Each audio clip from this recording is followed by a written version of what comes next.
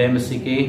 ये परमेश्वर के वचन में हम आज देखेंगे पहाड़ी उपदेश तिरछी सुसमाचार 7 अध्याय 24 से लेकर 29 पद तक मैं पढ़ूंगा। लिखा है यहाँ पे, इसलिए जो कोई मेरी बातें सुनकर उन्हें मानता है वह उस बुद्धिमान मनुष्य के समान ठहरेगा जिसने अपना घर चट्टान पे बनाया।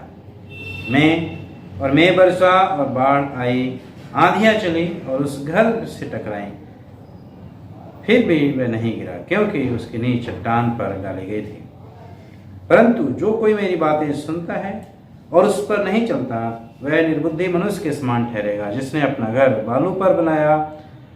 मैं बरसा, आंधी आई, बाढ़, आंधियां चली और उस घर में टकराई, वह गिर कर सत्यानाश हो गया।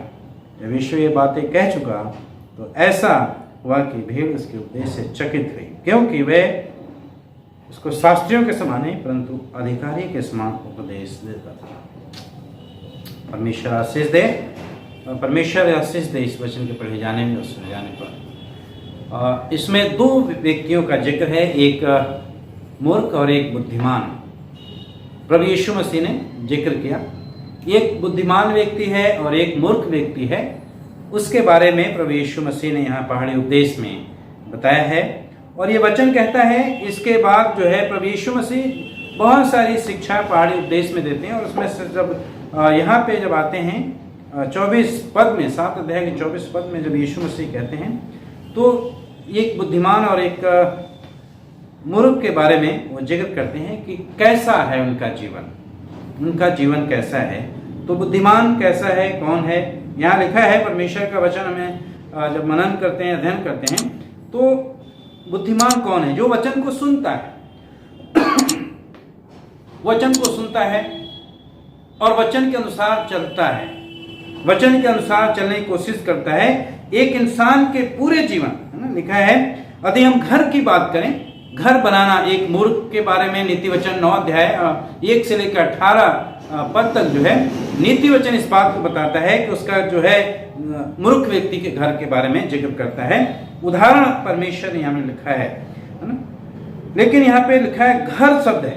घर एक इंसान के पूरे जीवन के तरफ इशारा करता है। घर जो प्रभु यीशु मसीह बताते हैं, घर जिसने बनाया वो इंसान उसके जीवन भर के तरफ इंसान करता है। जीवन जब वो विश्वास करता है प्रभु यीशु मसीह पर, तब से लेकर अंत तक उसके विश्वास के बारे में, उसके जीवन की ओर इशारा करता है, जीवन के बारे। और मूर्ख व्यक्ति बहुत बुद्धिमान हो सकता है, राजनीति में, अन्य मामलों में चतुर हो सकता है, लेकिन आत्मिक जीवन में वो बेवकूफ है।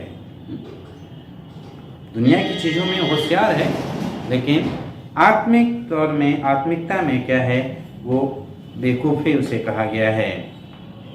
इन दोनों में बताया गया कि जहां तक बताएं, वे नींव, घर दिखती नहीं। जो नींव है, मकान का जो घर, जो नींव है वो दिखता नहीं, लेकिन नींव बहुत मजबूत होता है जिस पे वो घर बना होता है। एक बुद्धिमान व्यक्ति के मन की गहराई यीशु की बातों की चाह है ना। यीशु मसीह यदि हमारे जीवन में है, हमारे हृदय में है, यीशु मसीह हमारे हृदय के अंदर है, तो आप उस गहराई को दर्शाता है, उस नींव को दर्शाता है। वो नींव हमारी यीशु मसीह है, वो हृदय में है, हमारे हृदय में है।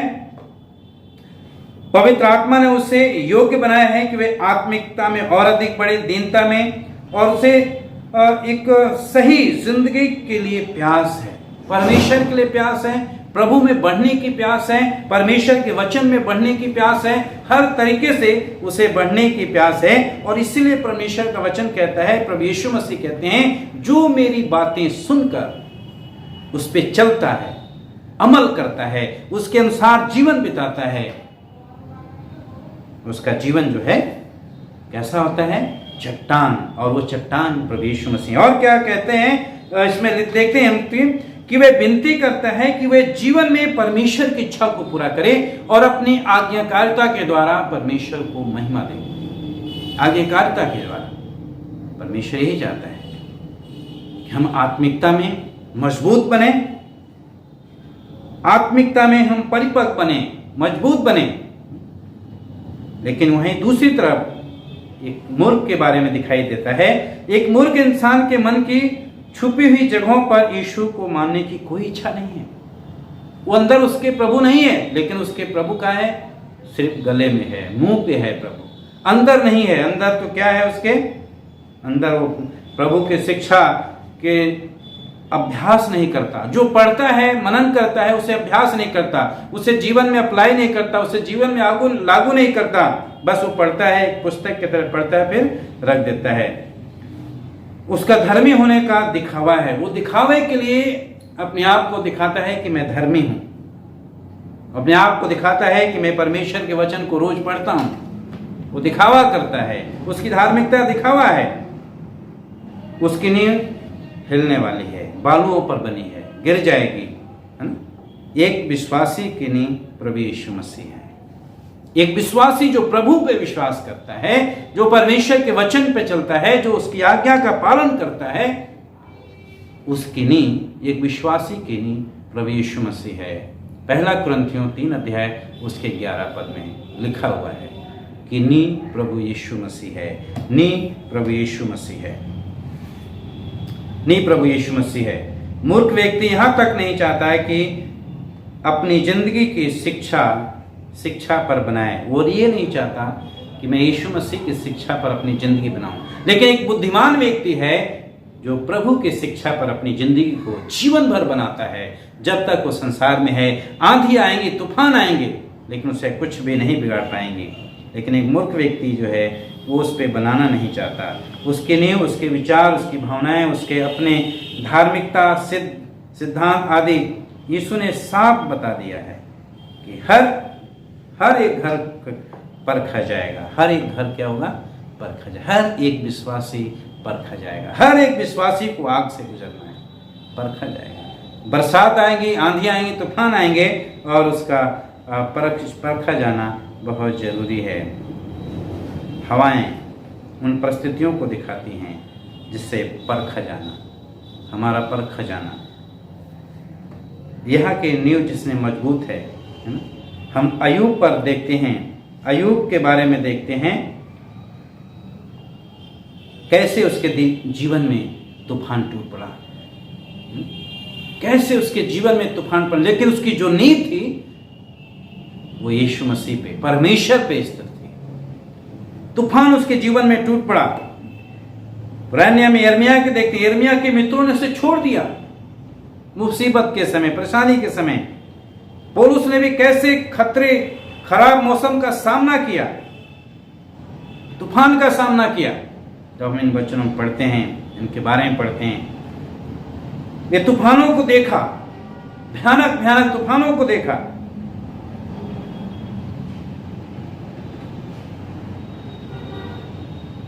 लेकिन अगर किसी व्यक्ति ने यीशु मसीह पर अपने आप को स्थिर किया है तो कोई उसे बर्बाद नहीं कर सकता।